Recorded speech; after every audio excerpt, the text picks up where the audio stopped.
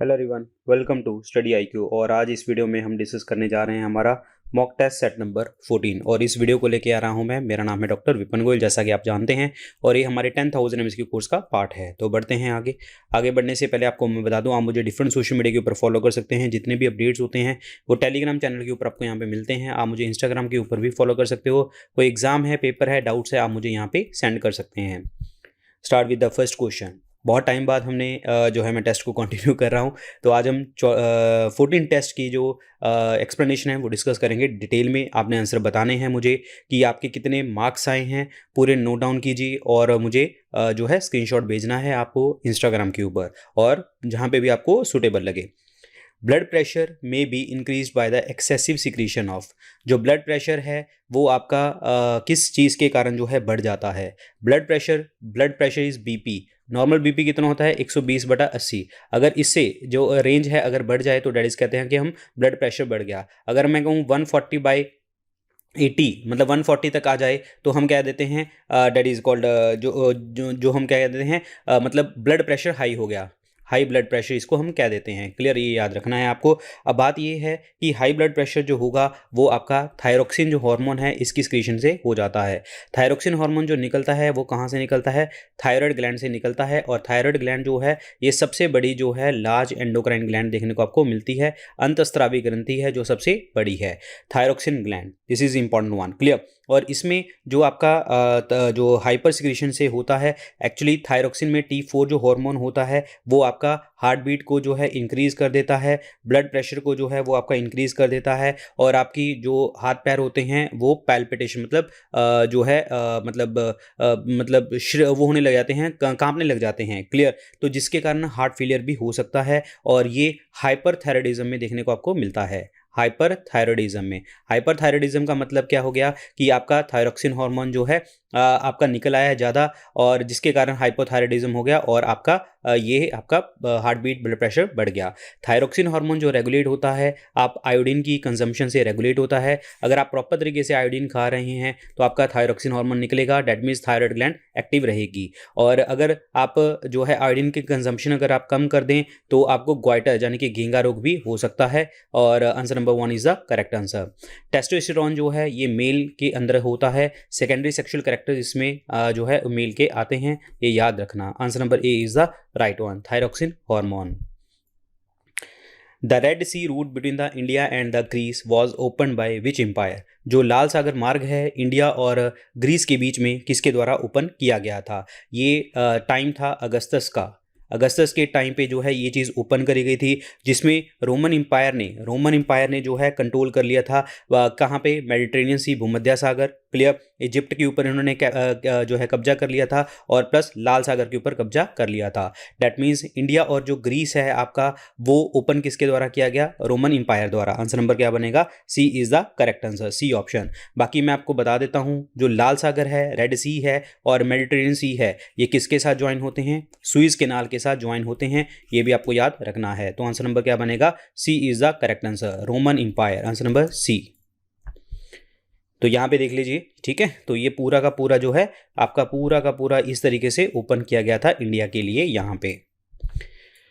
Which of the 5 year plan was terminated a year before it's of original term. एक साल पहले ही जो है इसका जो है अंत हो गया था 5 ईयर प्लान का। वो कौन सा 5 ईयर प्लान था?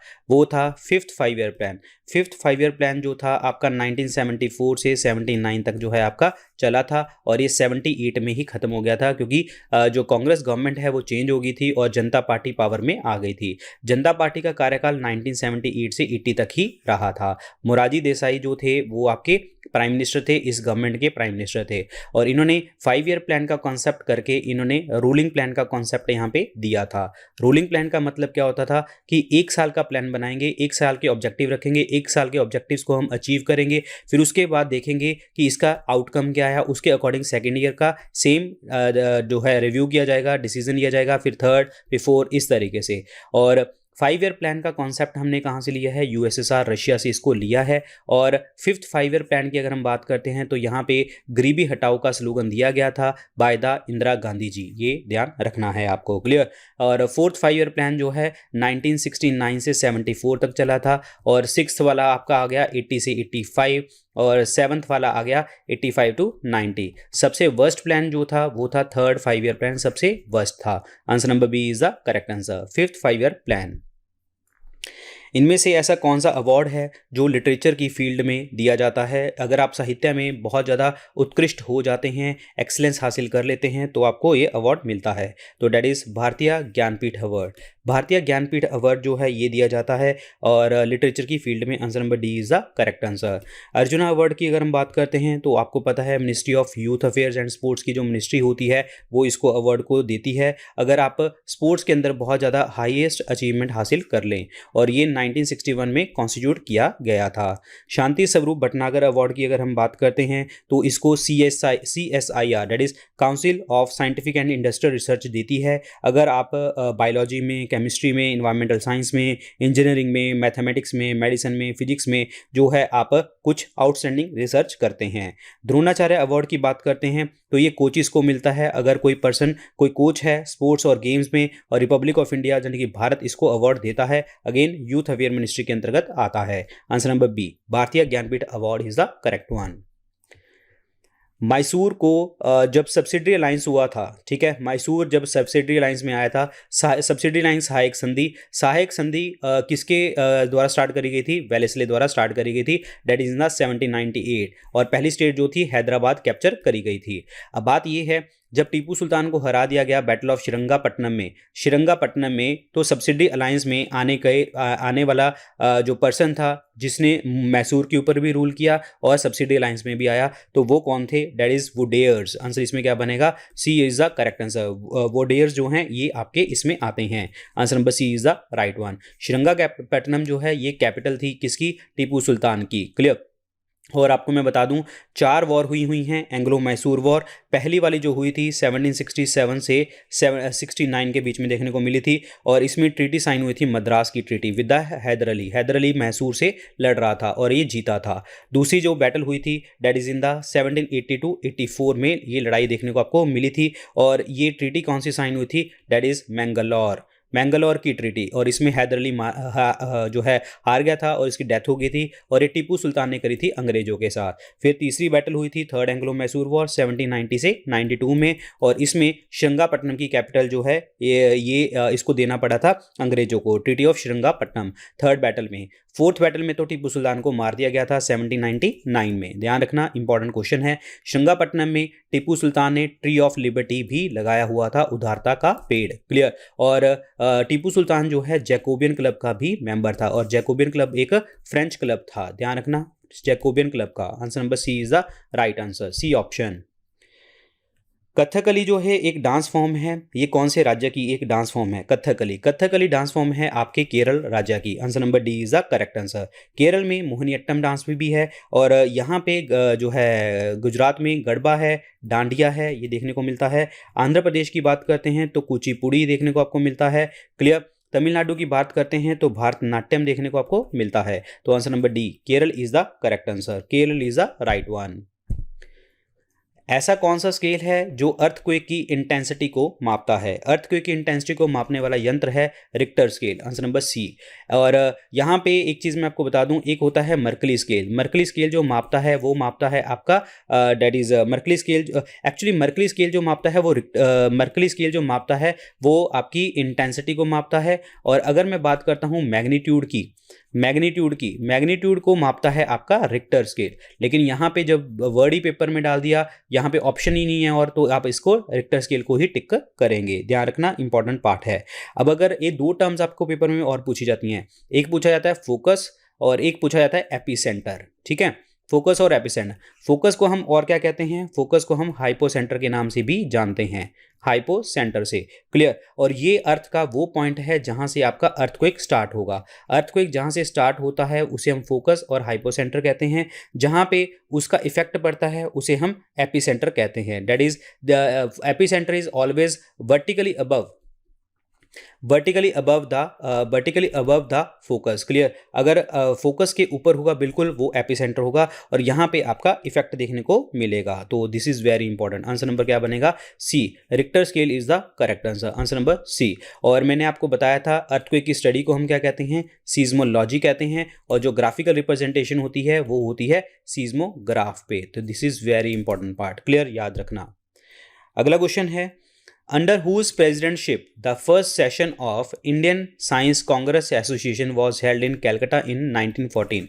1914 में इंडियन साइंस कांग्रेस जो कलकत्ता में हुई थी उसका पहला सेशन किसकी अध्यक्षता में देखने को आपको मिला था? तो वो था आपका आशुतोष मुखर्जी। आंसर इसमें क्या बनेगा? A is the correct answer, A option. अगर मैं इंडियन साइंस कांग्रेस एसोसिएशन की बात करता हूं तो दो अंग्रेजों ने इसको जो है मतलब आगे बढ़ाया था, जिनका नाम क्या था? जे एल सिमोनसन ने और प्रोफेसर पी.एस. मैकमोहन ने। क्लियर, इनका योगदान बहुत बड़ा है। ये दोनों अंग्रेज हैं, केमिस्ट्री की फील्ड से बिलोंग करते हैं, और ये जो ये कॉन्फ्रेंस एसोसिएशन बनाई गई थी ताकि हम साइंस को ज़्यादा एडवांस कर सकें। और 1914 में कलकत्ता में आशुतोष मुखर्जी जो हैं चेयरपर्सन रहे थे, और 1947 में जवाहरलाल नेहरू जो हैं वो इसके जो है जनरल प्रेसिडेंट रहे थे। तो this is very very important point. Clear, और आज़ादी के बाद हर साल 3 जनवरी को जो है इंडियन साइंस कांग्रेस का सेशन होता है, ये ध्यान रखना है। Clear, very very important point, याद रखिए, इंपॉर्टेंट है। और यहाँ पे लिखा हुआ है आपका जगदीश चंद्र बोस। इन्होंने जैसे प्लांट आपका ग्रो करता है ना, किस तरीके से ग्रो करता है उसको देखने के लिए कि किस तरीके से ग्रो करता है, कितना ग्रो कर गया, तो क्रेस्कोग्राफ बनाया था प्लांट की हाइट को, प्लांट की ग्रोथ को मेजर करने के लिए जगदीश चंद्र बोस ने। जेम्स थॉमसन, जे थॉमसन की बात करता हूँ, जे थॉमसन की बात करता हूँ, तो इन्होंने जो है इलेक्ट्रॉन के बारे में हमें बताया था। याद रखें, answer number A is the correct answer, answer number A. The abundance of species population within its habitat is called। एक ही हैबिटेट जहाँ पे वो रहता है वहाँ पे अगर उसकी अबंडेंट पॉपुलेशन है तो उसको हम क्या कहते हैं? उसको हम उस जगह की जो actual with in the habitat की अगर हम बात करते हैं तो हम उसको क्या कहते हैं? एब्सोल्यूट डेंसिटी कहा जाता है। आंसर नंबर एक second, the abundance of the population within its habitat, the abundance of a species population within its habitat is called that is called आपका ecological niche density. Answer number D is the correct answer, answer number D is the right answer. Otherwise niche क्या होता है? देखिए मैं आपको बताता हूँ, अगर आप किसी घर में रह रहे हैं तो वो आपका हैबिटेट है, अगर उस हैबिटेट में आपका कोई पर्टिकुलर रोल है तो वो हम कहते हैं नीश है, मतलब ecological niche. This is very very important point. Clear, और एक चीज़ मैं आपको बता दूँ, दो स्पीशीज जो होती हैं वो कभी भी सेम नीश में नहीं रह सकते, ये ध्यान रखना है। और सेम नीश अगर can not use a similar niche despite having mutual association, मतलब दो स्पीशीज जो हैं वो सेम नीश में नहीं रह सकते। अगर दोनों एक दूसरे से बेनिफिट खाते हैं, म्यूचुअलिस्टिक एसोसिएशन है तो अलग बात है, लेकिन अदरवाइज सेम नीश में नहीं रहेंगे। तो इस क्वेश्चन का answer D is the right one. World Buddhist property organization is situated at, WIPO setup कहाँ पे किया गया था? That is in the Geneva. Intellectual property जो बात होती है ये होता है कि आप प्रमोट करते हैं, इनकरेज करते हैं इंटेलेक्चुअल प्रॉपर्टी को ताकि हम क्रिएटिविटी और लेके आते जाएं। क्लियर, तो this is D is the correct answer, D option. Clear, that is D. जो लंदन है, लंदन में आपके जो है कॉमनवेल्थ के हेडक्वार्टर देखने को आपको मिलते हैं। और न्यूयॉर्क की बात करते हैं, जैसे UNDP United Nation development program, UN के हेडक्वार्टर हैं। यूनेस्को के हेडक्वार्टर पेरिस में हैं, ये आपको पता होना चाहिए। Answer number D is the correct answer, Geneva is the right one. Which of the following is not correct, इनमें से कौन सा कथन जो है बिल्कुल भी सही नहीं है? तो देखिए जी क्या सही नहीं है। Comets are the members of the solar system, ये बिल्कुल सही है कि कॉमेट्स जो होते हैं वो मेंबर होते हैं सोलर सिस्टम का। और they have bright head and long tail, ये भी आपका पॉइंट सही है। The tail is always directed towards the sun, नहीं, टेल जो होती है वो हमेशा ऑलवेज डायरेक्टेड नहीं होती, ये हमेशा always away from the sun होती है, ये याद रखना है। They revolve around the sun in highly elliptical orbit, ये भी आपका पॉइंट बिल्कुल सही है। तो आंसर इसमें कौन सा गलत बन गया? सी। तो सी इज द करेक्ट आंसर, ये आपका स्टेटमेंट करेक्ट नहीं है। तो this is very very important point. Clear, और देखिए जो कॉमेट्स होते हैं एक्चुअली फ्रोजन बॉडीज होती हैं, ये फ्रोजन बॉडीज, ये ठंडी बर्फ की आइसी बॉडीज होती हैं, जैसे जैसे सन के पास आते रहते हैं पिघलते रहते हैं और पीछे ऐसे लगता है कि हमेशा एक पीछे टेल चली आ रही है, तो इसीलिए टेल हमेशा अवे फ्रॉम द सन होती है। तो answer number C is the correct answer, answer number C. Which plant organelle is essential for the protein synthesis, protein के बनाने में कौन सा काम आता है, that is ribosome. Answer number क्या बनेगा, बी ऑप्शन बनेगा। राइबोसोम जो होते हैं इन्हें हम क्या कहते हैं, protein factory of the cell भी कह दिया जाता है। और जो राइबोसोम होते हैं वो आरएनए के बने होते हैं, ये याद रखना। देखिए एक चीज़ आपको मैं बताता हूँ, डीएनए से बनता है आरएनए, आरएनए से बनता है आपका प्रोटीन। ये जो प्रोसेस है डीएनए से आरएनए, आरएनए से प्रोटीन, ये तीनों का अगर तीनों चीज़ें चल रही हैं तो ये सिर्फ और सिर्फ न्यूक्लियस में चलती हैं, और न्यूक्लियस को हम क्या कहते हैं, control room of the cell भी कहते हैं। डीएनए से आरएनए बनने के जो प्रोसेस को हम क्या कहते हैं, ट्रांसक्रिप्शन कहते हैं, ट्रांसक्रिप्शन, क्लियर। और आरएनए से प्रोटीन बनने के प्रोसेस को हम क्या कहते हैं, ट्रांसलेशन कह दिया जाता है, ट्रांसलेशन, ये याद रखना है, क्लियर। क्लोरोप्लास्ट की बात करते हैं तो इसमें भी डीएनए होता है, प्लांट के लिए खाना बनाते हैं, इसीलिए इसको हम kitchen of the plant cell भी कह देते हैं, kitchen of the plant cell, ध्यान रखना इंपॉर्टेंट पार्ट है।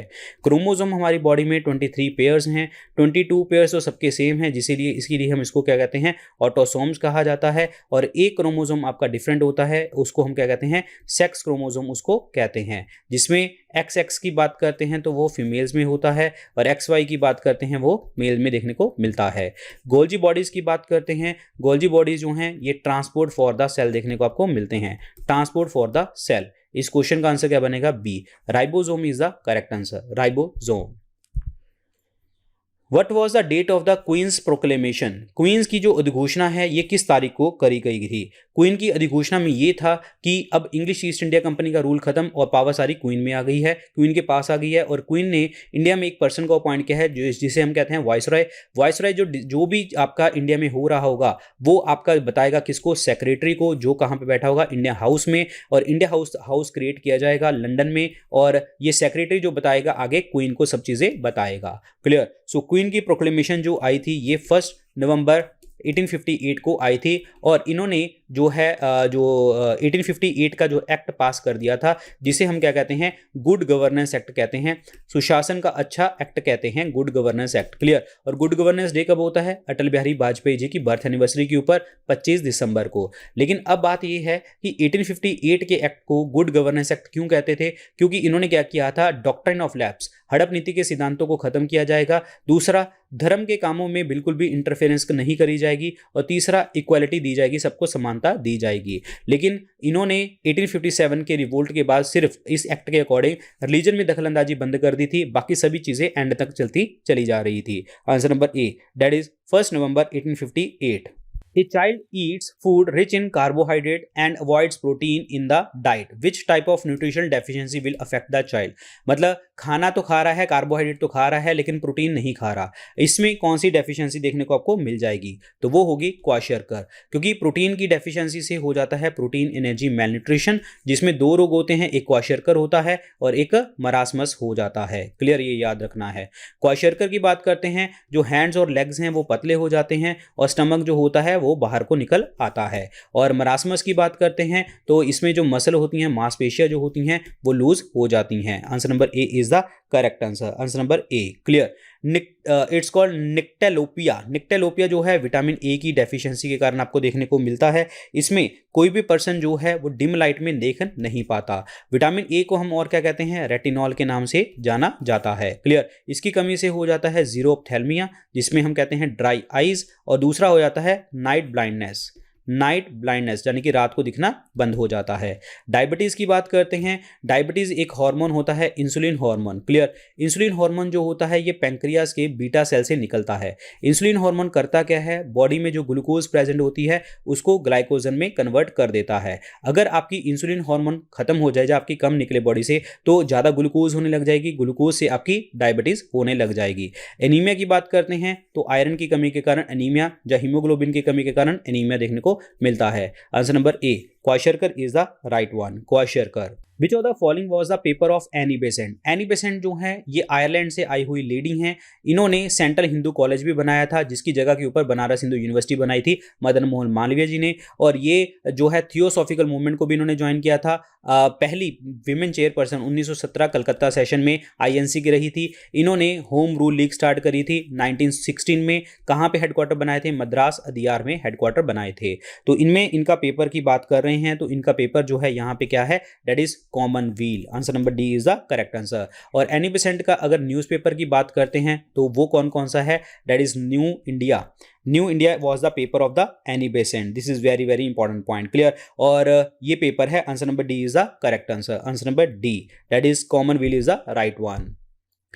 आचार्य विनोबा भावे जिन्होंने इंडिविजुअल सत्याग्रह किया था 1940-41 में, और इनको पकड़ लिया गया था। Reason was freedom of speech, मतलब इनका ये उल्लंघन किया गया था, यानी कि ये स्पीच दे रहे थे, मतलब ऑब्वियसली बात है फ्रीडम है हमारे देश में, तो फ्रीडम ऑफ स्पीच के कारण जो है इनको पकड़ लिया गया था 40 से 41 में। और इन्होंने जो अपना उपदेश दिया था वो कहाँ से दे रहे थे? Paunar in Maharashtra, clear. Answer number B. तो इसीलिए इनको कहते हैं पहले सत्याग्रही जो आपके पकड़े गए थे। कहाँ पे? इंडिविजुअल सत्याग्रह में ये थे। और दूसरे सत्याग्रही जो पकड़े गए थे दैट वाज जवाहरलाल नेहरू जी। ये आपको याद रखना है। तो आंसर नंबर क्या बनेगा? B is the correct answer, B option. Japan जो है फर्स्ट वर्ल्ड वॉर में किसकी साइड से लड़ रहा था? फर्स्ट वर्ल्ड वॉर जो हुई थी 1914 में देखने को आपको मिली थी। एक्चुअली जो कॉन्फ्लिक्ट था ऑस्ट्रिया का जो आपका प्रिंस था उसका एक्सेसिनेशन किया गया था, जिसका क्या नाम था? That is Ferdinand, clear. इसका जो असैसिनेशन कर दिया गया था, जिसमें कॉन्फ्लिक्ट आया था और दो पावर्स बन गई थी आपकी सेंट्रल पावर, ठीक है। सेंट्रल पावर में जिसमें आपका ओटोमन अंपायर जर्मनी भी था, ठीक है, ऑस्ट्रिया भी था, हंगरी भी था, बुल्गारिया, ये सारी कंट्रीज थी जो सेंट्रल पावर थी। और दूसरी जगह के ऊपर थी आपकी allied powers, clear. Allied powers में कौन कौन से थे? ब्रिटेन था और कौन सा था? फ्रांस था, रशिया था, इटली था, जापान था, यूएस था और रोमानिया था। सो दीज वर द आपकी अलाइड पावर इसमें देखने को मिलती हैं। अब बात यह है कि जापान लड़ा था किसकी साइड से? With the UK against the Germany. Answer number क्या बनेगा? 4। यूके की मदद कर रहा था और जो है जर्मनी के अगेंस्ट लड़ रहा था। Answer number D is the correct answer. Answer number D, ध्यान रखना, इंपॉर्टेंट है। Impeachment process of president of India is adopted from. Impeachment का जो प्रोसेस है राष्ट्रपति का, वो कहाँ से लिया गया है? वो लिया गया है यूएसए से, कॉन्स्टिट्यूशन से। इम्पीचमेंट का प्रोसेस आर्टिकल 61 में लिखा गया है भारत देश में, और इसका रीजन क्या होता है? Only violation of the Indian constitution. अगर आप संविधान के उल्लंघन कर रहे हैं राष्ट्रपति, तो इसको हटा दिया जाएगा। एक्चुअली ये किसी भी सदन से जो है बिल स्टार्ट होगा, किसी भी सदन से कितने मेंबर स्टार्ट करेंगे? 1/4। किसी भी सदन से, लोकसभा और राज्यसभा से किसी सी मेंबर से स्टार्ट करेंगे। 14 दिन का टाइम मिलेगा राष्ट्रपति को कि वो बातें मान लें। अगर वो बातें नहीं मानते तो वो बिल जो होगा वो आपका सेम हाउस में आएगा। सेम मतलब लोकसभा में अगर स्टार्ट हुआ है तो सेम लोकसभा में आएगा। मान के चलते हैं कि वो लोकसभा में ही आ गया क्योंकि लोकसभा ने स्टार्ट किया, फॉर एग्जांपल, क्लियर। तो यहाँ पे जब सेम हाउस में आएगा 2/3 से मेजोरिटी से पास होगा, फिर जाएगा राज्यसभा में, वहां पे भी 2/3 से मेजोरिटी से पास होगा। अगर ये मेजोरिटी से पास होता है तो राष्ट्रपति को हटा दिया जाएगा। और ये 2/3 वाली जो मेजोरिटी होती है वो होती है स्पेशल मेजोरिटी, ये याद रखना। आंसर नंबर ए। और यूएसए के संविधान से फंडामेंटल राइट का concept, judicial review, independence of judiciary, ये हमने लिया हुआ है। फंडामेंटल राइट भी लिखा है, रिटन कॉन्स्टिट्यूशन का कॉन्सेप्ट लिया है। यूके से रूल ऑफ लॉ का, रिट का, ठीक है, single citizenship, parliamentary form of the government, by cameral legislature, ये वर्ड लिए गए हैं। यूएसएसआर से हमने 5 ईयर प्लान का कॉन्सेप्ट लिया है, फंडामेंटल ड्यूटी का कॉन्सेप्ट लिया है। फ्रांस से हमने लिबर्टी, इक्वालिटी और फ्रेटर्निटी वर्ड जो है यहाँ से लिए हैं, ये ध्यान रखना है। तो इस क्वेश्चन का आंसर क्या बनेगा? आपका A, that is USA is the correct answer, USA. Government of India act 1935 से हमने 75% हिस्सा लिया है संविधान का, यानी कि 3/4 हिस्सा। बाकी इसको रीड कर लेना आप। फैरेड जो होती है ये यूनिट होती है, किसकी यूनिट है ये? Farad is the unit of capacitance. Answer number क्या बनेगा? A is the correct answer. Reactance जो है छोड़ो, इलेक्ट्रिकल कंडक्टेंस की अगर हम बात करते हैं तो इसकी होती है मोहो, MHO, या फिर ओम इनवर्स, या फिर साइमन, ये आपकी यूनिट है, क्लियर। और इलेक्ट्रिकल चार्ज की कितनी क्या होती है? कूलाम, ये आपको याद रखना है। तो आंसर इसमें क्या बनेगा? A is the correct answer, A option. इनमें से डैम बताइए और रिवर बताइए कि किस रिवर के ऊपर कौन सा डैम देखने को आपको मिलता है। हीराकुद डैम की अगर मैं बात कर रहा हूँ तो ये महानदी रिवर के ऊपर उड़ीसा में देखने को मिलता है। पोंग डैम की अगर हम बात करते हैं तो ये ब्यास रिवर के ऊपर देखने को मिलता है, दैट इज। और इस पोंग डैम को हम महाराणा प्रताप सागर डैम भी कहते हैं, महाराणा प्रताप सागर डैम, जो कांगड़ा यूपी में देखने को आपको मिलता है। टेहरी डैम की अगर हम बात करते हैं तो ये आपका भागीरथी में देखने को मिलता है और उत्तराखंड में देखने को मिलेगा। और थीन डैम जिसे हम रंजीत सागर डैम भी कहते हैं, रंजीत सागर डैम कहते हैं, पठानकोट पंजाब में रिवर रावी के ऊपर देखने को मिलता है। तो यहाँ पे ऑप्शन देखिए जी क्या बनेगा। सो ये बनेगा थर्ड ऑप्शन, दैट इज आपका थर्ड ऑप्शन 4 3 2 1। सो ये बनेगा 4 3 2 1। This is important one. Answer number C is the correct answer, answer number C. The law of demand is based on the concept that people. देखिए जो law of demand का मतलब ये होता है कि अगर सपोज करो कि किसी भी गुड्स की जो प्राइसेस हैं वो क्या होगी, गिर गई, तो ऑब्वियसली बात है ज़्यादा से ज़्यादा लोग खरीदने लग जाएंगे, तो डिमांड अपने आप बढ़ जाएगी। By more of a goods as a price of the good falls. तो आंसर इसमें क्या बनेगा, बी ऑप्शन बनेगा correct answer, B option. Clear, by more of a good as a price of the good falls. जैसी वस्तुओं की prices गिरेगी लोग ज़्यादा से ज़्यादा खरीदने लग जाएंगे। RBI issues the currency note under the which system. RBI जो इशू करता है करेंसी नोट वो किस सिस्टम में इंट्रोड्यूस करता है, वो करता है फिक्स्ड मिनिमम रिजर्व सिस्टम के ऊपर। Answer number C is the correct answer, answer number C.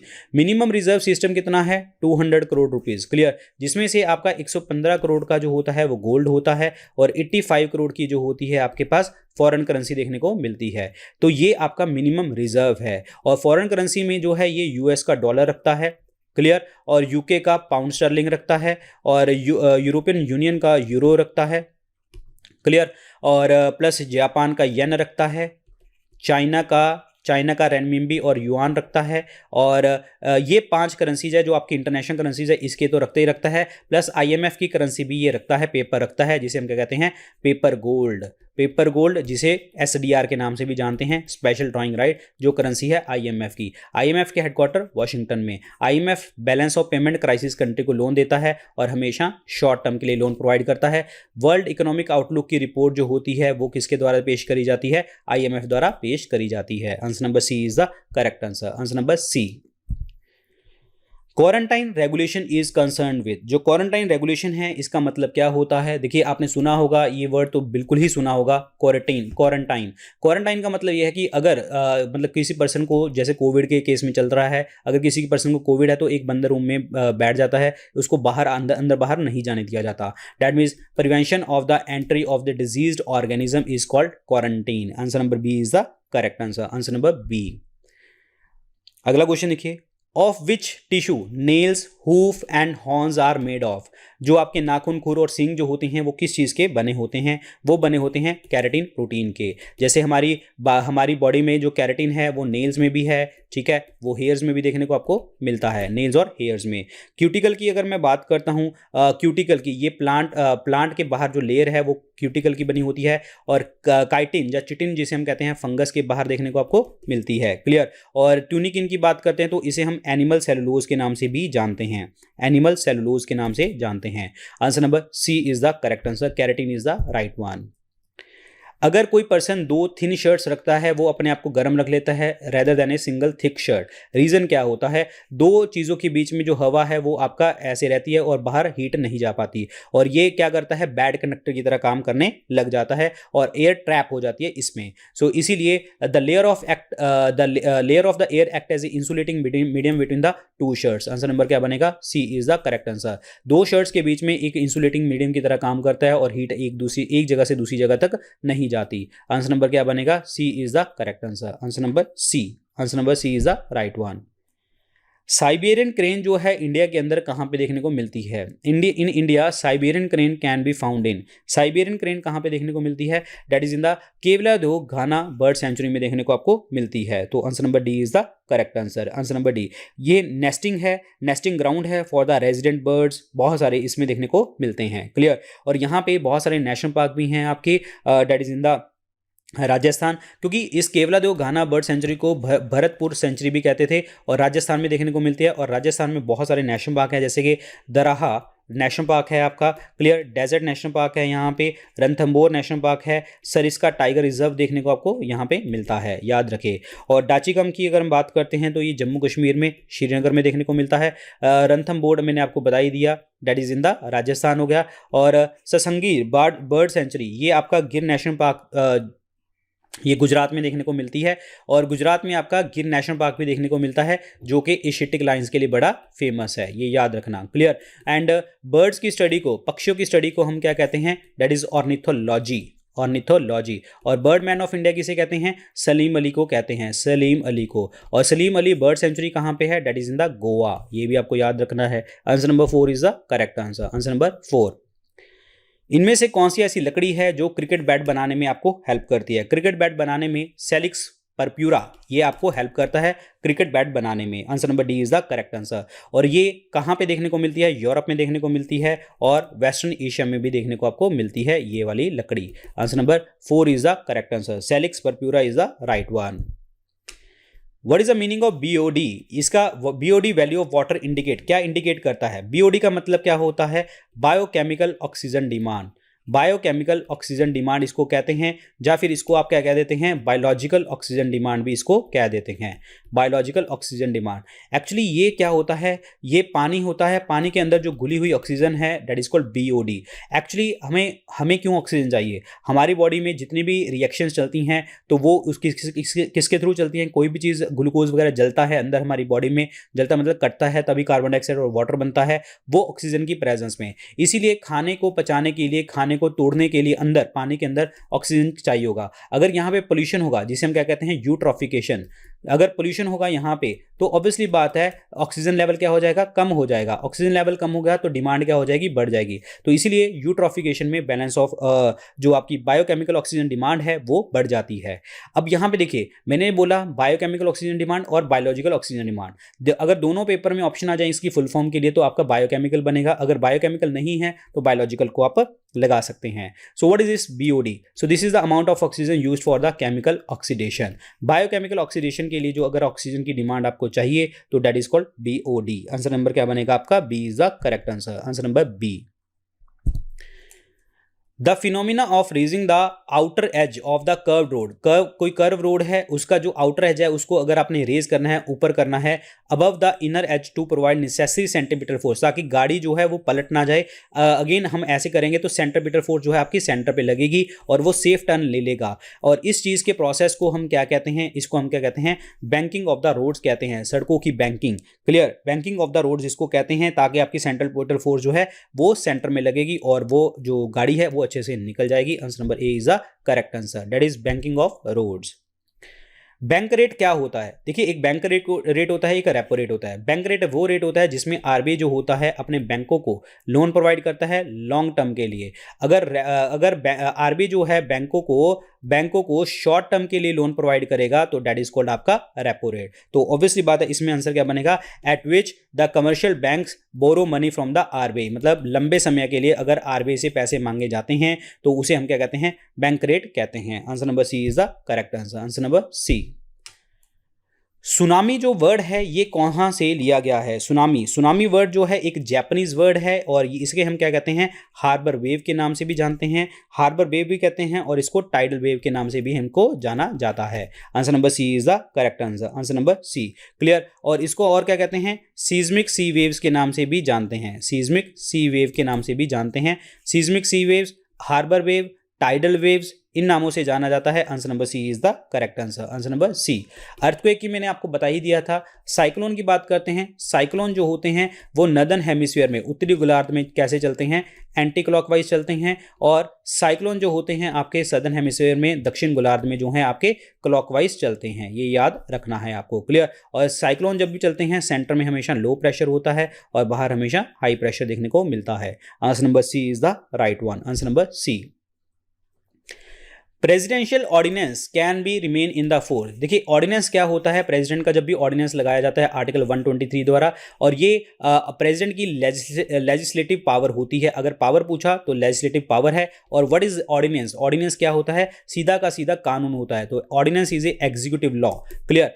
Actually president क्या करता है, जब भी जो पार्लियामेंट है अगर वो सेशन में नहीं है तो कोई इमरजेंसी आई तो प्रेसिडेंट ऑर्डिनेंस इशू कर सकते हैं, और ये ऑर्डिनेंस जो होगी वो 6 महीने के लिए लगेगी मिनिमम। अगर 6 महीने के बाद भी अगर पार्लियामेंट जब मिलेगी, अगर इसके ऊपर डिस्कशन होती है तो 6 वीक में इस बिल को पास करना जरूरी होता है लॉ बनाने के लिए, एक्ट बनाने के लिए। अदरवाइज 6 महीने में ही ये बिल खत्म हो जाएगा। तो आंसर इसमें क्या बनेगा, for 6 month. Answer number B is the correct answer. Answer number B, that is B option is the correct one. Bacteriophage was discovered by, bacteriophage जो हैं ये किसने डिस्कवर किए थे। बैक्टीरियोफेज का मतलब ये होता है कि ऐसे वायरसेस जो कि इन्फेक्ट करते हैं बैक्टीरिया को, जिसे हम कहते हैं हम बैक्टीरियोफेज। क्लियर। और ये किसने बताया था, Felix d'Herelle and Frederick वॉट ने हमें बताया था। तो answer number 1 is the correct answer. Answer number 1 ये इन्होंने डिस्कवर किया था। Answer number 1 is the correct answer. Answer number 1। What is the best for any firm, एक कंपनी है उसके लिए सबसे बेस्ट चीज क्या होती है। बेस्ट चीज यही होती है कि अगर वो प्रॉफिट लेके आते हैं। दैट मीन्स अगर आप प्रॉफिट लाभ में वृद्धि कर रहे हैं तो ऑब्वियसली बात है, तो this is the best for the firm और best for the company. Clear. Answer number A is the correct one, increase in the profit. इनमें से कनिष्क के जो हैं कंटेम्प्रेरी कौन है। कनिष्क जो है ये हम उसको दूसरा अशोक भी कहते हैं, क्योंकि बुद्ध धर्म का प्रचार भी इसने किया था, और इसने 4th बुद्धिस्ट काउंसिल करवाई थी। कहाँ पे, कश्मीर में। और वासुमित्रा वॉज द चेयरपर्सन और अश्वघोष वॉज द डिप्टी चेयरपर्सन। और यहाँ पे हिनयान और महायान में डिवाइड हो गया था बुद्ध धर्म। और इसने जो है चाइना, कोरिया, जापान में बुद्ध धर्म का प्रचार किया। 78 AD में इन्होंने शक ईरा स्टार्ट किया। और कनिष्क जो है सिल्क रूट के ऊपर कंट्रोल करने वाला पर्सन था, चाइना के साथ जो लिंक करता है। कंबन की बात करते हैं। कंबन जो है साउथ के अंदर जो रामायण लिखी गई है वो कंबन ने लिखी है। बाणभट्ट जिन्होंने जिन्होंने हर्षचरिता जो है लिखी है, कदम्बरी नाम की पुस्तक इन्होंने लिखी है। क्लियर। तो ये तो नहीं बनेंगे। अश्वघोष तो बनेगा। नागार्जुन, यस नागार्जुन माध्यमिक स्कूल, मतलब माध्यमिक स्कूल के बारे में इन्होंने हमें बताया था महायान बुद्धिज्म के लिए। और अश्वघोष भी थे यहाँ पे, वासुमित्र भी थे। तो आंसर इसमें कनिष्क के लिए क्या बनेगा, B is the correct answer. B option is the right one. Kalidas जो है चंद्रगुप्त मौर्य के साथ लिंक करते हैं, वह उनके नवरत्न में थे। इनका शेक्सपियर ऑफ इंडिया भी कहा जाता है। क्लियर। बाकी मैंने आपको सब बता दिया है। Answer number B is the correct answer. Acceleration due to gravity at equator, equator पे ऊपर जो एक्सेलेरेशन ड्यू टू ग्रेविटी है वो क्या होगी। देखिए जी, ग्रेविटी जो होती है वो इनवर्सली प्रोपोर्शनल होती है रेडियस के ऊपर। क्लियर। जिसका रेडियस ज्यादा उसकी ग्रेविटी कम, जिसका रेडियस कम उसकी ग्रेविटी ज्यादा। लाइक फॉर एग्जांपल इक्वेटर का रेडियस की अगर हम बात करते हैं यहाँ पे, तो ये होता है 6378 और पोल्स का रेडियस होता है यहाँ पे 6357। क्लियर। इट मींस पोल्स का जो रेडियस होता है वो 21 किलोमीटर शॉर्ट होता है इक्वेटर से, ये याद रखना। सो ऑब्वियसली बात है, पोल्स की रेडियस कम होगी तो यहाँ पे ग्रेविटी क्या हो जाएगी, मैक्सिमम हो जाएगी। इक्वेटर की जो रेडियस है वो ज्यादा है, इसका मतलब ग्रेविटी यहाँ पे कम हो जाएगी। It is less than at the poles. Clear. और जैसे कि आपको पता है वेट किसके बराबर होता है, W is equal to M into G. So it means weight जो डिपेंड करता है ग्रेविटी के ऊपर डिपेंड करता है, क्योंकि मास तो कांस्टेंट होता है। तो मैंने आपको बताया था ग्रेविटी कहां पे ज्यादा हो जाएगी, पोल्स के ऊपर। दैट मीन्स जो वेट होगा वो पोल्स के ऊपर जो है हमेशा ज्यादा देखने को मिलेगा, और इक्वेटर पे आपको कम देखने को आपको मिलेगा, मिनिमम देखने को मिलेगा। और जीरो वाली सिचुएशन कहां पे आ जाएगी, हमेशा सेंटर पे आ जाएगी। वेटलेसनेस सिचुएशन सेंटर पे देखने को मिलेगी। तो answer number 1 is the correct answer. Answer number 1। Which of the following pair is correct in context of the thermal power project, इनमें से थर्मल पावर प्रोजेक्ट जो करेक्ट है वो कौन सा है। अगर मैं कोरबा की बात करता हूं तो ये आपका छत्तीसगढ़ में देखने को मिलता है। उसके बाद रामागुंडम की बात करता हूं तो ये आपके तेलंगाना में देखने को मिलता है। तलचार की बात करता हूं तो ये उड़ीसा में देखने को मिलता है। कावास की बात करें गुजरात में है, ये बिल्कुल सही है। तो ये आपका D is the correct answer. Answer number D ये सही है, बाकी सारे जो हैं गलत हैं। तो ऑब्वियसली बात है करेक्ट पूछा था, answer number D is the correct answer. हमारे इंडिया में सबसे ज्यादा एनर्जी जो पैदा करी जाती है वो थर्मल एनर्जी पैदा करी जाती है, और वो होती है हमेशा कोल से। Answer number D is the correct answer. Answer number D Kawas Gujarat is the right one. Kawas Gujarat. इनमें से प्लांट डिजीज के बारे में बताना है कि इनमें से प्लांट डिजीज कौन सी है। सिट्रस कैंकर की बात करते हैं तो ये एक जो है आपकी सीरियस बीमारी है सिट्रस फ्रूट्स की, तो ऑब्वियसली बात है प्लांट की बीमारी हो जाती है। रस्ट ऑफ व्हीट, ऑब्वियसली बात है ये रस्ट जो है आपका एक रस्ट लग जाता है, पत्ते के ऊपर फंगस होती है, दैट इज कॉल्ड पुकीनिया ट्रिटिकीना। क्लियर। ये होती है। येलो वेन मोजेक और भिंडी के ऊपर येलो लाइंस ही पड़ने लग जाती हैं, और ये मोजेक वायरस होता है आपका, उसके कारण देखने को आपको मिलती हैं। क्लियर। Mosaic virus. क्लियर। तो ये सारी की सारी क्या हैं, प्लांट डिजीज हैं। All are correct answer is the right one. Answer number D is the correct one. Answer number D. इनमें से कौन सा जो है कनेक्टिव टिश्यू नहीं है? कनेक्टिव टिश्यू का मतलब क्या हो गया? संयोजी ऊतक का मतलब क्या हो गया? जो दो चीजों को कनेक्ट करता है। जैसे कि ब्लड की बात करूं, ब्लड जो होता है आपका फ्लूइड कनेक्टिव टिश्यू है, क्लियर, तरल संयोजी ऊतक है। ब्लड की पीएच वैल्यू इज 7.4, ये याद रखना है, तो ये तो कनेक्टिव टिश्यू है। बोन्स, हड्डियां भी जोड़ता है, क्लियर। स्किन भी जोड़ता है, स्किन नहीं जोड़ता, skin is a organ, actually skin is A largest organ, क्योंकि टिश्यू बोला है। टिश्यू क्या होता है? दो सेल के बीच में जो जुड़ गया तो that is called tissue. Organ क्या होगा? बहुत सारे टिश्यू मिलेंगे तो ऑर्गन बनेगा। तो skin is not a tissue, skin is a organ, तो यही आपका आंसर बनेगा। Answer number C is the right answer. Cartilage जो बोन्स के साथ बिल्कुल पतली पतली जो है बोन्स होती हैं, कार्टिलेजेस होते हैं। Answer number C is the right answer. This is not a connective tissue. Skin की स्टडी की बात करते हैं तो स्किन की स्टडी को हम क्या कहते हैं? डर्मेटोलॉजी कहा जाता है, क्लियर। और इसके ऊपर कौन सी ग्लैंड्स होती हैं? सीबेशियस ग्लैंड देखने को आपको मिलती हैं। ब्लड की बात करते हैं, ब्लड की स्टडी को हम क्या कहते हैं? हिमेटोलॉजी। हिमेटोलॉजी इसको कह दिया जाता है। बोन्स की स्टडी को कहें तो ऑस्टियोलॉजी कहते हैं, क्लियर। स्किन की बात करें डर्मेटोलॉजी कहा जाता है। आंसर नंबर सी, त्वचा is the correct answer. Answer number C is the right one, C option. Which of the following authorities the British government to imprison any person without trial and conviction of a court of law? मतलब अंग्रेजों ने कौन सा कानून पास किया था जहां पे बिना बताए, मतलब नो वकील, नो दलील, नो अपील, आपको डाल दिया जाएगा जेल में? सेक्शन 144 डाल दिया गया है। अगर कोई भी 4 लोगों के ग्रुप में खड़ा हुआ है तो जेल में डाल दिया जाएगा, 2 साल के लिए सजा मिलेगी, कोई भी सुनवाई नहीं की जाएगी। तो ये आपका कौन सी चीज इसमें इन्होंने करी थी? तो this is the Rowlatt act, clear. Rowlatt act जिसे हम ब्लैक एक्ट के नाम से भी जानते हैं, अनारकिल एक्ट के नाम से भी इसको जाना जाता है, अनारकिल एंड रेवोल्यूशनरी एक्ट, क्लियर।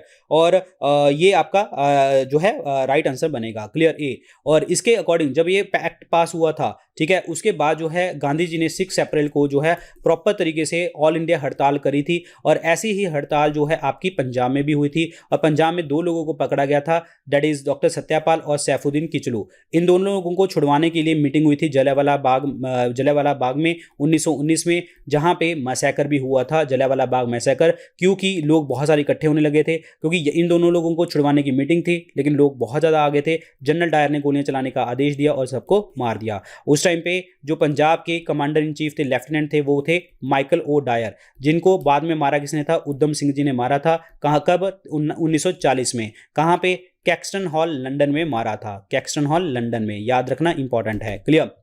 1935 के एक्ट की अगर मैं बात करूं, मैंने आपको भी बताया था 75% हिस्सा हमने संविधान का यहां से लिया है। 35 के एक्ट के लिए जवाहरलाल नेहरू जी ने एक स्टेटमेंट बोली थी, it is a new act of slavery, new act of slavery बोला था। और फेडरल गवर्नमेंट की बात करी गई थी, यहाँ पे ऑर्डिनेंस पावर जो है आपकी गवर्नर जनरल वाइसरॉय के पास होंगी, ये सब बातें करी गई थी। 1909 की बात करें तो मॉर्ले मिंटो रिफॉर्म कहते हैं इनको, Morley Minto reform. Morley secretary है, मिंटो गवर्नर जनरल वाइसरॉय है। यहाँ पे सेपरेट इलेक्टोरेट की बात करी गई थी, हिंदू हिंदू को वोट करेगा, मुस्लिम मुस्लिम को वोट करेगा। 1919 के एक्ट की अगर हम बात करते हैं तो मॉन्टेक्यू चैम्सफोर्ड रिफॉर्म कहते हैं। मॉन्टेक्यू यहाँ पे सेक्रेटरी है, चैम्सफोर्ड गवर्नर जनरल वाइसरॉय है। जहाँ पे आपकी प्रोविंशियल डायरार्की की बात करी गई थी, जहाँ पे प्रोविंशियल डायरार्की की बात करी गई थी, और प्लस यहाँ पे प्रोविंशियल डायरार्की की तो चलो बात करी गई, यहाँ पे आपका जो है जो 2 पावर में डिवाइड करी गई थी, एक रिजर्व पावर, एक ट्रांसफर पावर। ट्रांसफर पावर जो थी वो आपके इंडियंस के पास होती थी, जैसे कि लोकल गवर्नमेंट, क्लियर, हेल्थ, ऐसी चीज़ें, एजुकेशन वगैरह। और reserve power governor general viceroy के पास, like for example finance, defence, communication, ये चीज़ें। तो आंसर इसमें क्या बनेगा जी आपका? ए, 1919 का रॉलेट एक्ट, क्लियर, याद रखें, इंपॉर्टेंट है। पहला लॉ ऑफिसर बताना है कंट्री का कौन होता है? पहला लॉ ऑफिसर होता है हमेशा attorney general of India. Attorney general of India जो है फर्स्ट लॉ ऑफिसर है, लीगल ऑफिसर होता है। इसको बनने के लिए सुप्रीम कोर्ट के जज की रिक्वायरमेंट होती है, मतलब जो भी क्वालिफिकेशन होती हैं, जैसे कि भारत का सिटीजन होना चाहिए, 5 साल हाई कोर्ट का जज का एक्सपीरियंस होना चाहिए, 10 ईयर्स एडवोकेट का एक्सपीरियंस होना चाहिए किसी भी कोर्ट में।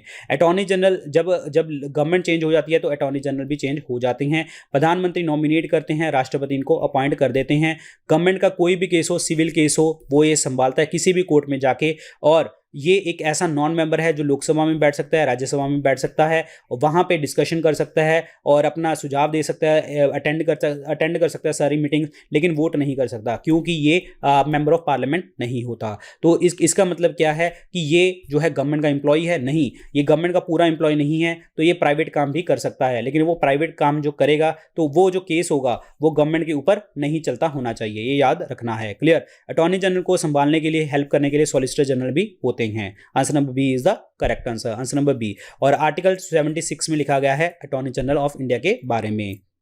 अगला क्वेश्चन देखिए जी, इनमें से ऐसा कौन पर्सन है जो किसी भी बिल को मनी बिल कहता है? मनी बिल को दर्शाने के लिए जब तक स्पीकर के साइन नहीं होते लोकसभा के, तब तक वो मनी बिल नहीं कहलाएगा। मनी बिल का आर्टिकल कितना होता है? 110 होता है। मनी बिल हमेशा लोकसभा में आता है, लेके आने के लिए राष्ट्रपति की परमिशन लेनी पड़ती है, स्पीकर उसके ऊपर साइन करते हैं तो मनी बिल कहला दिया जाता है। और इस बिल के अंतर्गत जो है आपका कोई भी टैक्स लगाया हो, बढ़ाया हो, वो लिखा होता है, सैलरीज निकालनी वो लिखा होता है, लोन्स, इंटरेस्ट पेमेंट, वो सब चीजें लिखी होती हैं, कंसोलिडेटेड फंड ऑफ इंडिया से कोई पैसा निकालना हो वो लिखा होता है। तो आंसर इसमें क्या बनेगा? Speaker of the Lok Sabha is the correct answer, speaker of the Lok Sabha.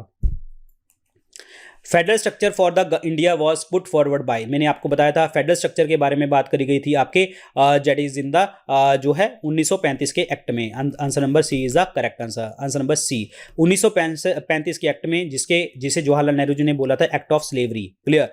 और 1909 भी बता दिया, 1919 भी बता दिया। एक्ट ऑफ 1947 जिसे हम इंडिया इंडिपेंडेंस एक्ट भी कह देते हैं, और ये जिसके कारण इंडिया और पाकिस्तान जो है आज़ाद हो गए थे, और बीच में एक लाइन खींची गई थी, that is red Cliff line खींची गई थी जो इंडिया और पाकिस्तान को सेपरेट करता है। Answer number C is the right one, answer number C.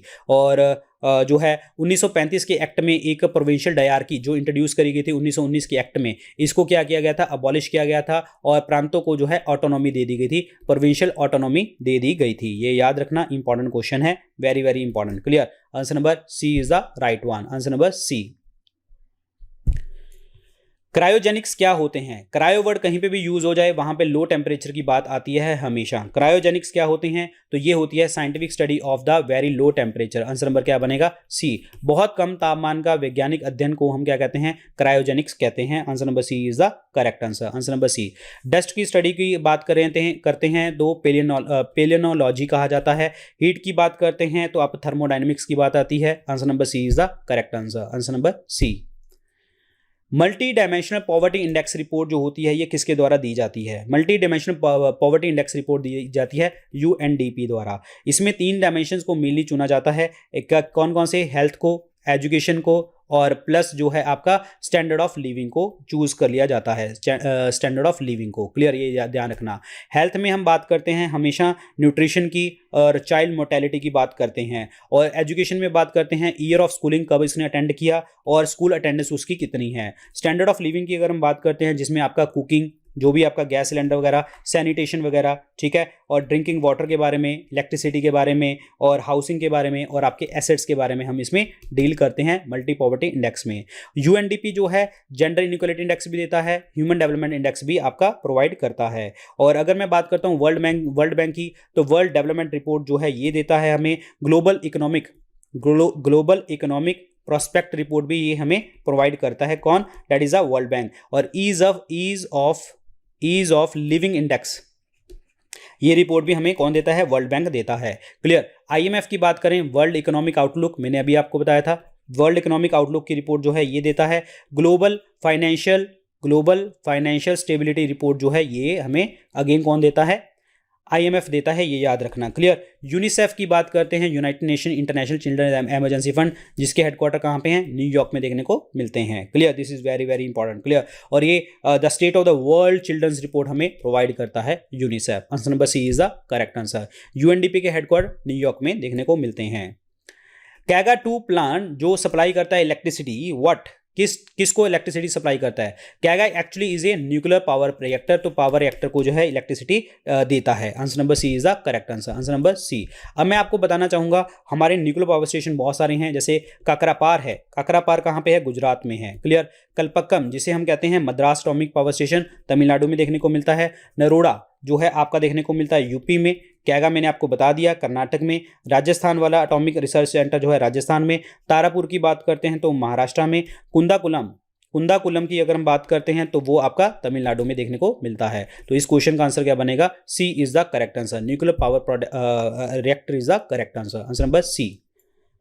National tree of India is, हमारा नेशनल ट्री क्या है? पता है सबको, बैनियन ट्री, बरगद का पेड़। और इसका जो साइंटिफिक नेम है वो क्या है? Ficus religiosa. Ficus religiosa is the name. Neem की बात करते हैं तो Azadirachta indica.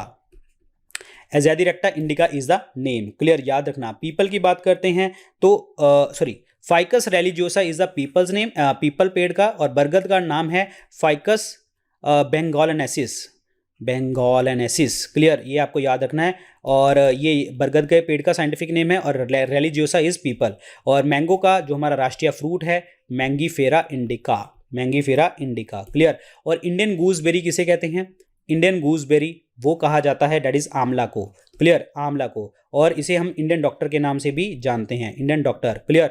फाइलेंथस emblica, Phyllanthus emblica is the name of amla scientific name की फॉर्म में। Answer number C is the correct answer, banyan tree is the right one. Black revolution is for, जो black revolution है, काली क्रांति है, वो petroleum products के देखने को मिली। फिश की बात करते हैं तो ब्लू रेवोल्यूशन, क्लियर। और फर्टिलाइजर की बात करते हैं तो grey revolution. Answer number A, petroleum production is the correct one. यहाँ पे देख लीजिए, green for the food grains, golden is the fruit. और यहाँ पे अगर गोल्डन फाइबर वर्ड आ जाता है, गोल्डन फाइबर, ठीक है, तो वो आपका आ जाता है जूट प्रोडक्शन के लिए देखने को मिलेगा। ग्रे मैंने आपको बता दिया, ब्लू बता दिया, black is for petroleum, pink is for prawn, clear, round is for potato, red is for meat tomato, silver is for egg and poultry form. अगर यहाँ पे सिल्वर फाइबर आ जाए, सिल्वर फाइबर, वो किसके लिए? कॉटन के लिए, ठीक है। और व्हाइट की बात करते हैं मिल्क प्रोडक्शन के लिए, yellow is for the oil seed. So all these are the revolution related with the colour coding, clear. Yakshagana जो है एक डांस फॉर्म है, ये कहाँ का? यक्षगन जो है डांस फॉर्म है आपका कर्नाटक का। आंसर इसमें क्या बनेगा? C is the correct answer, C option, clear. Tamil Nadu की बात करते हैं तो भारतनाट्यम है यहाँ पे। केरल की बात करें तो यहाँ पे कथकली और मोहिनीअट्टम देखने को मिलेगा। आंध्र प्रदेश की बात करें तो कुचिपुड़ी का डांस फॉर्म देखने को मिलेगा। Answer number C is the correct answer, answer number C, Karnataka is the right one. Swadeshi movement जो है आपकी लॉन्च करी गई थी, स्वदेशी मूवमेंट जो है इंडिया में स्टार्ट करी गई थी, इसका रीजन क्या था? स्वदेशी मूवमेंट जो है 1905 में ही लॉन्च कर दी गई थी यहाँ पे, जिसमें इन्होंने बात करी थी boycott of the foreign goods और इंडिया के प्रोडक्ट्स को अपनाना है। ये इसीलिए किया गया था क्योंकि इन्होंने पार्टीशन ऑफ बंगाल किया था। पार्टीशन ऑफ बंगाल किया था 16 अक्टूबर 1905 के अंदर, और इसी के बाद जो है स्वदेशी मूवमेंट लॉन्च कर दी गई थी। So this was a movement against the partition of Bengal, Bengal के जो विभाजन के उल्ट जो है आपका स्वदेशी मूवमेंट देखने को मिली थी। Answer number B is the correct answer, clear. Partition of Bengal 16 October 1905 को देखने को मिला था। This is very important. Vande Mataram, Amar Shonar Bangla, ये एंथम जो है गाया गया था, जो है रविंद्रनाथ टैगोर जी इसमें इन्वॉल्व थे। फिर 1911 में पार्टीशन ऑफ बंगाल जो है कैंसिल कर दी गई थी। तो this is very important part, clear, याद रखें।